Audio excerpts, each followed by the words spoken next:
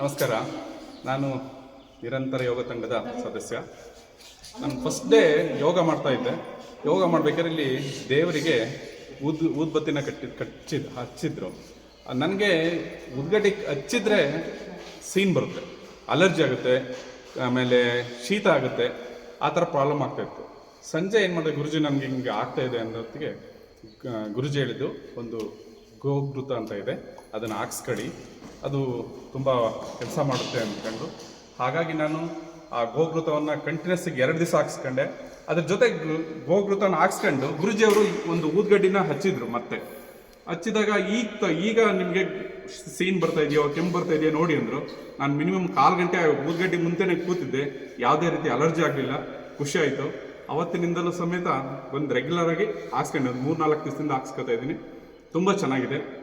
ಗೋಘೃತ ಗುರುಜಿಯವರಿಂದ ತುಂಬ ಹೆಲ್ಪ್ ಆಗಿದೆ. ಗೋಘೃತ ಪ್ರತಿಯೊಬ್ಬರಿಗೂ ಅನುಕೂಲ ಆಗುತ್ತೆ. ಅವುಗಳನ್ನ ಸದ್ಬಳಕೆ ಮಾಡ್ಕೊಳ್ಬೇಕಾಗಿರುವಂತಹ ಜಾಣ್ಮೆ ನಮ್ಮದಾಗಿರಬೇಕು.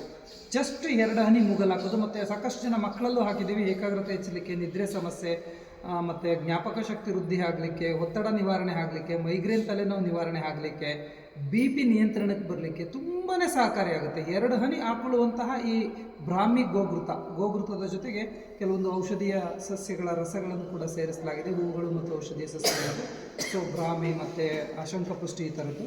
ಸೊ ತುಂಬ ಪರಿಣಾಮಕಾರಿಯಾಗಿರುತ್ತೆ. ಇದ್ರ ಪ್ರಯೋಜನವನ್ನು ಹೆಚ್ಚು ಜನ ಪಡ್ಕೊಳ್ಳಿ. ಇಂಥ 100 ಜನ ಫಲಾನುಭವಿಗಳಿದ್ದಾರೆ ಈಗಾಗಲೇ. ಬೇರೆ ಬೇರೆ ಸಮಸ್ಯೆಗೆ ಹಿಂಗೆ ಆಗ್ತಾಯಿತ್ತು. ಕಣ್ಣಿನ ಸಮಸ್ಯೆ, ಕಣ್ಣಲ್ಲಿ ಡ್ರೈನೆಸ್, ಕೆಲವರಿಗೆ ಕಣ್ಣು ಮಿಟ್ಕಿಸೋಕ್ಕಾಗ್ತಿರ್ಲಿಲ್ಲ, ಎಷ್ಟೋ ಜನಕ್ಕೆ ಕಣ್ಣಲ್ಲಿ ನೀರು ಇರ್ತಿರ್ಲಿಲ್ಲ, ಡ್ರೈನೆಸ್ ಆಗ್ತಾಯಿತ್ತು. ಸೊ ಅಂಥವ್ರಿಗೂ ಕೂಡ ಅನುಕೂಲ ಆಗಿದೆ.